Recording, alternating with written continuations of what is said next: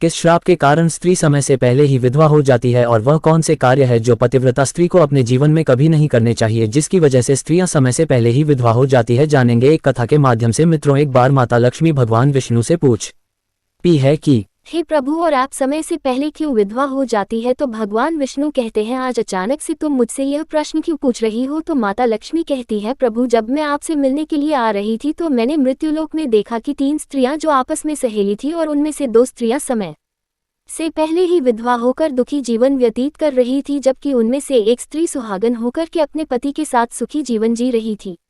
यह बात मेरी समझ में नहीं आई कि एक स्त्री पति के साथ सुखी जीवन व्यतीत कर रही है और वहीं 2 स्त्रियां विधवा होकर दुखी जीवन जी रहे हैं, और इसे देखकर मेरे मन में 3 प्रश्न उठने लगे। अब मैं आपसे यह चाहती हूँ कि आप मेरे तीनों प्रश्नों के उत्तर देकर मुझे संतुष्ट करने की कृपा करें। इस प्रकार माता लक्ष्मी की बात को सुनकर भगवान विष्णु कहते हैं, हे लक्ष्मी, तुम मुझे अपने तीनों प्रश्नों को निश्चिंत होकर बताओ, मैं तुम्हें तुम्हारे प्रश्नों के उत्तर देकर तुम्हें पूरी तरह से संतुष्ट करने का प्रयास करूंगा। माता लक्ष्मी कहती है, प्रभु, मेरा पहला प्रश्न है, कौन सी स्त्री समय से पहले विधवा हो जाती है और दुखी जीवन व्यतीत करती है? और मेरा दूसरा प्रश्न है, कौन सी स्त्री को जीवन में कभी सुख शांति नहीं मिलती? और मेरा तीसरा प्रश्न है, वह कौन सी चीज है जो एक पत्नी अपने पति के मांगने पर भी पति को नहीं देती? इस तरह माता लक्ष्मी के तीनों प्रश्नों को सुनकर भगवान विष्णु कहते, तुम जिन स्त्रियों की बात कर रही हो उसमें से 2 स्त्रियां समय से पहले ही विधवा होकर अपना दुखी जीवन जी रही है और वहीं पर एक स्त्री सुहागन होकर अपने पति के साथ सुखी जीवन व्यतीत कर रही है। तुम जानना चाहती हो आखिर ऐसा क्यों है? तो मैं तुम्हें एक छोटी सी कहानी सुनाता हूँ और इस कहानी को बहुत ही ध्यान से सुनना, क्योंकि आधी अधूरी कहानी सुनने वालों को आधा अधूरा ही ज्ञान प्राप्त होता है जो जीवन में कभी काम नहीं आता। और यदि तुमने ध्यान से सुना तो तुम्हारे तीनों प्रश्नों के उत्तर इसी छोटी सी कहानी को सुनकर तुम्हें मिल जाएंगे और तुम्हें संतुष्टि प्राप्त होगी। फिर माता लक्ष्मी कहती है, प्रभु, आप कहानी शुरू करो, मैं कहानी को पूरे मन से सुनूंगी और जब तक आप कहानी सुनाएंगे तब तक मेरा मन किसी दूसरे स्थान पर नहीं जाएगा और मैं आज अपने तीनों प्रश्नों का उत्तर जानकर ही रहूंगी। माता लक्ष्मी की यह बात सुनकर भगवान विष्णु कहते हैं, हे लक्ष्मी, सबसे पहले मैं तुम्हें उस स्त्री की कहानी सुनाना चाहता हूँ जो सुहागन बनकर सुखी जीवन जी रही है। और जिस सुहागन स्त्री की तुम बात कर रही हो वह स्त्री और कोई नहीं बल्कि एक राजा के नौकर की पत्नी है। और वह स्त्री जिस नौकर की पत्नी है उस नौकर को उस पर पूरा विश्वास है कि मेरी पत्नी एक चरित्रवान और पतिव्रता स्त्री है, जिसकी प्रशंसा वह नौकर अपने साथियों में बार बार करता है। और भगवान विष्णु माता लक्ष्मी से कहते हैं कि एक दिन की बात है जब उस राजा के नौकर ने अपनी पत्नी की प्रशंसा इतनी ज्यादा की यह बात धीरे धीरे फैलते हुए राजा के दरबार में पहुंच गई। और यह बात सुनकर राजा ने अपने नौकर को बुलाया और उस नौकर से राजा कहने लगे कि तुम हर की इसी से कहते हो कि तुम्हारी पत्नी एक चरित्रवान और पतिव्रता स्त्री है। क्या वास्तव में तुम्हारी पत्नी एक चरित्रवान और पतिव्रता स्त्री है? और क्या तुमको पूरा विश्वास है कि तुम्हारी पत्नी एक पवित्र स्त्री है और तुम्हारे अलावा पराये मर्द को आंख उठाकर भी नहीं देखती और इस बात का कोई सबूत है? राजा की इस बात को सुनकर नौकर कहने लगा, महाराज, मुझे अपनी धर्मपत्नी पर पूरा विश्वास है कि वह एक पतिव्रता स्त्री है और मेरे अलावा वह पराये मर्दों को नहीं देखते। नौकर की इस बात को सुनकर राजा का महामंत्री कहने लगा, यदि मैं तेरी पत्नी का पतिव्रता धर्म नष्ट कर दूं तो तुझे क्या सजा में चाहिए? फिर नौकर ने कहा, यदि तुम मेरी पत्नी का पतिव्रता धर्म नष्ट कर देते हो तो महाराज मुझे फांसी की सजा दे देना। और नौकर ने राजा से कहा, महाराज, यदि मेरी पत्नी का पतिव्रता धर्म खंडित नहीं कर पाए तो इनको भी कुछ सजा मिलनी चाहिए। नौकर की यह बात सुनकर राजा ने कहा कि मंत्री को भी फांसी की सजा दी जाएगी। मंत्री ने यह बात स्वीकार कर ली और नौकर से पूछा कि क्या वस्तु लाऊं जिससे तो मान ले कि मैंने तेरी पत्नी का धर्म खंडित कर दिया। तो नौकर ने कहा, मेरे विवाह के समय पर मुझे एक मटका और एक कतार मिली थी और ये दोनों चीजें मेरी पत्नी ने बहुत ही संभाल कर रखी है, क्योंकि यह दोनों वे सुहाग की निशानी है। यदि तुम यह दोनों चीजें मेरी पत्नी से लाकर मुझे दिखा दोगे तो मैं मान जाऊंगा कि मेरी पत्नी का पतिव्रता धर्म तुमने नष्ट कर दिया है। तब मंत्री ने नौकर की यह शर्त स्वीकार कर ली और वह मंत्री शहर में जाता है और एक दूती से जाकर मिलता है और जो काम कोई नहीं कर पता वह काम वह दूती कर देती थी। और मंत्री ने उस दूती को सारी बात बताई और कहा, तू कैसे भी करके उस नौकर की पत्नी से मेरा संपर्क करवा दे, इसके बदले तुझे जितना धन चाहिए मैं उतना धन देने को तैयार हूँ। इस तरह मंत्री की बात सुनकर डूबी कहने लगी, मंत्री, तुम जिस औरत के बारे में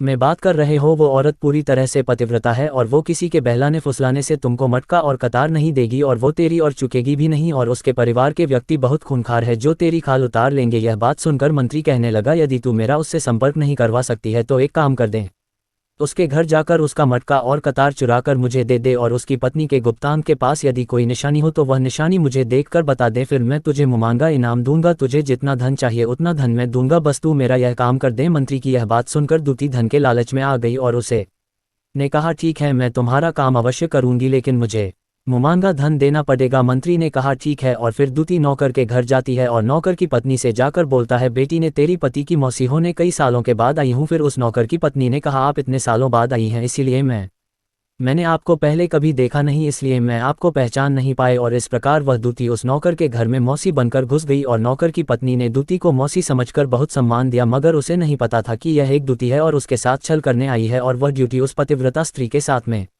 2 दिन तक रुकी, और जिस समय वह स्त्री स्नान करने लगी तो डूबी ने उठकर उस स्त्री की कमर रगड़ने लगी। उस पतिव्रता स्त्री ने बहुत मना किया, फिर भी वह दूती नहीं मानी और कहने लगी, तुम मुझे अपनी बेटी से भी ज़्यादा प्यारी लगती हो तो मना मत करो। काफ़ी दिनों के बाद ने मेरी और तुम्हारी मुलाकात पहली बार हुई है। और ऐसा कहकर वह दूती मुख पर हाथ फिराने लगी, फिर आंखों को धुलने के बहाने से उस पतिव्रता स्त्री की आंखों में पानी मार दिया और उस स्त्री की आंखें बंद हो गई। और इस तरह गुप्तांग के पास में जांघ पर एक तिल था जो दूती ने देख लिया और उसका काम बन गया। और जब स्नान करने के बाद में नौकर की पत्नी रसोई में खाना बनाने लगी तो दूती को मटका और कतार चुराने का मौका मिल गया और उसने मटका और कतार चुरा लिया और वहां से ये दोनों चीजें चुराकर भाग गई और सीधा जाकर मंत्री के पास पहुंची और उस मंत्री को मटका और कतार दे दिया और उस नौकर की पत्नी के जांघ पर पिल की निशानी है यह भी बता दिया। और मंत्री मटका और कतार लेकर सीधा राजा के दरबार में जा पहुंचा और राजा से कहा, महाराज मैं नौकर की पत्नी के साथ 2 दिन रहकर आया हो और यह मटका और कतार उसी ने मुझे दिया है। इस तरह मंत्री की यह बात सुनकर राजा ने दरबार लगाया और नौकर को बुलाया और मंत्री से सभा में मटका और कतार नौकर को दिखाने के लिए कहा जो दूती उस नौकर के घर से चुरा कर लाई थी और मंत्री को दिया था। फिर राजा के कहने पर मंत्री ने उस नौकर को मटका और कतार दिखाया और उसकी पत्नी की जांघ पर तेल है यह भी बताया। मंत्री की यह बात सुनकर नौकर मान गया कि वास्तव में आज मेरी पत्नी ने अपना पतिव्रता धर्म पूरी तरह से नष्ट कर लिया है और नौकर का अपनी पत्नी से विश्वास उठ गया। फिर राजा ने शर्त के मुताबिक नौकर को फांसी की सजा सुनाई और 15 दिन बाद फांसी देने का आदेश दिया और कहा कि नौकर को 15 दिन के बाद फांसी पर चढ़ाया जाएगा। और फिर नौकर से उसकी अंतिम इच्छा पूछी गई और नौकर ने कहा कि मेरी अंतिम इच्छा यह है कि मैं आखिरी बार अपनी पत्नी से मिलना चाहता हूं। और इस तरह राजा ने नौकर को आज्ञा दी कि तुम अपनी पत्नी से मिल सकते हो। फिर नौकर अपने घर गया और अपनी पत्नी से कहने लगा कि तुमने मेरे साथ बहुत बड़ा विश्वासघात किया, मैंने तुम पर विश्वास करके राजा के सामने मंत्री से ऐसी शर्त लगाई थी और राजा के दरबार में मैंने कहा था कि मेरी पत्नी एक चरित्रवान और पतिव्रता स्त्री है और उसके पतिव्रता धर्म को कोई नष्ट नहीं कर सकता, यदि कोई नष्ट कर देगा तो मुझे फांसी लगा देना, और तुमने पतिव्रता धर्म नष्ट कर दिया।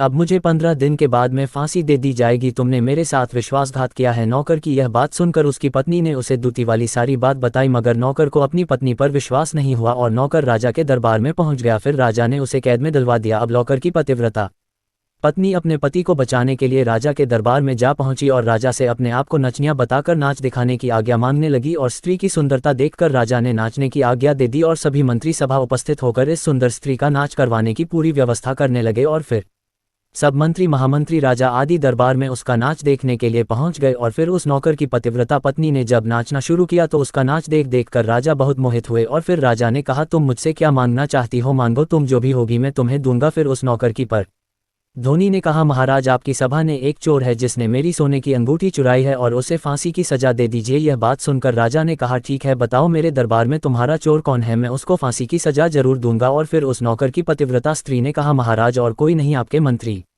ने मेरी अंगूठी चुराई है, आप इनको फांसी की सजा दे। जैसे ही मंत्री ने सुना कि यह स्त्री मुझे चोर बता रही है तो तुरंत मंत्री कहने लगा, महाराज मैं कसम खाकर कहता हूं कि मैंने की अंगूठी नहीं चुराई है और मैंने से आज तक कभी देखा ही नहीं है, तो मैं की अंगूठी कैसे चोरी कर सकता हूं, मैंने आज तक इसकी शक्ल ही नहीं देखी है, आज पहली बार मैं इसकी सफल देख रहा हूं। और जैसे ही मंत्री ने कहा कि मैंने इस स्त्री की आज तक शक्ल ही नहीं देखी है तो वह स्त्री कहने लगी, महाराज मंत्री ने मुझे पहले कभी देखा ही नहीं, तो आप इसे यह पूछो कि यह मटका और कतार कहाँ से लाया है, और मैं उसी नौकर की पत्नी हूँ जो आपके यहाँ पर नौकरी करता है और आप मेरे निर्दोष पति को फांसी पर चढ़ाने वाले हैं, इसीलिए मुझे नचनिया बनकर आना पड़ा। और अब मैं आपको इस मंत्री की पूरी सच्चाई सुनाती हूँ। ये जो आपका मंत्री है इसने मेरे पास ने अपनी एक ड्यूटी को मेरी मौसी बनाकर भेजा था और उसने धोखे से मेरी जान के तेल का पता लगाया और उसी दूती ने ये का और कतार चुराकर इसको दे दिया और आपके मंत्री ने इसके बदले उस ड्यूटी को बहुत सारा धन दिया है और मेरे साथ यही छल हुआ है महाराज। और मैं आज भी पतिव्रता स्त्री की इस बात को सुनकर राजा ने दूती को बुलाया। फिर उस दूती ने राजा के डर से मंत्री की सारी सच्चाई राजा को बता दी, जिससे राजा ने उस नौकर को अपनी कैद से रिहा कर दिया और उसकी जगह मंत्री को फांसी पर चढ़ा दिया। और कहानी को आगे बताते हुए भगवान विष्णु कहते हैं, हे लक्ष्मी, इस प्रकार उस नौकर की पतिव्रता स्त्री ने अंत में राजा से कहा, महाराज ने अपने पति से बहुत प्रेम करती हूँ, मैं एक चरित्रवान स्त्री हूँ और मैं कभी भी अपने मुंह से अपने पति का नाम तक नहीं लेती हो। इस प्रकार भगवान विष्णु कहते हैं, हे लक्ष्मी, मेरी कहानी पूरी हो गई।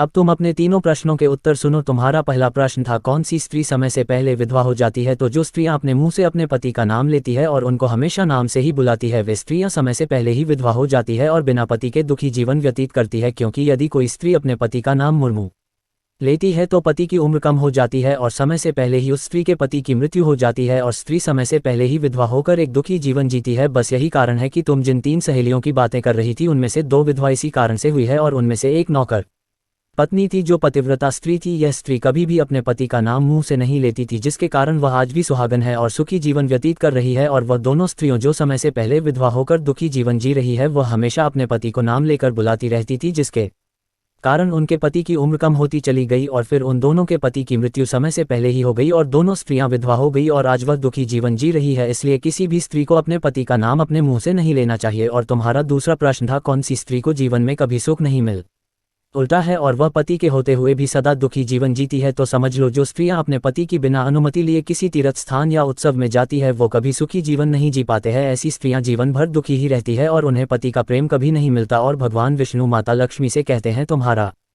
तीसरा प्रश्न था कि ऐसी कौन सी चीज़ है जो एक पत्नी अपने पति को मांगने से भी नहीं देती है। तो समझ लो वह चीज़ गाली है। एक संस्कारी और चरित्रवान स्त्री कभी भी अपने पति को गाली नहीं देती है और जो स्त्रियां अपने पति को गाली देती है वह स्त्रियां कभी चरित्रवान नहीं होती और ऐसी स्त्रियां जीवन भर दुखी रहती है, उसके जीवन में कभी सुख नहीं आता और समय से पहले ही ऐसी स्त्रियां विधवा हो जाती है। और इस प्रकार माता लक्ष्मी कहानी सुनने के बाद में पूरी तरह से अपने तीनों प्रश्नों का उत्तर पाकर संतुष्ट हो जाती है और कहती है प्रभु वास्तव में जो स्त्री चरित्रवान होती है वह कभी दुखी जीवन नहीं जीती है। तो भगवान विष्णु कहते हैं नहीं, क्योंकि ऐसे घर में लक्ष्मी का सदा वास होता है और वह घर धन दौलत और खुशियों से हमेशा भरपूर बना रहता है। और चरित्रवान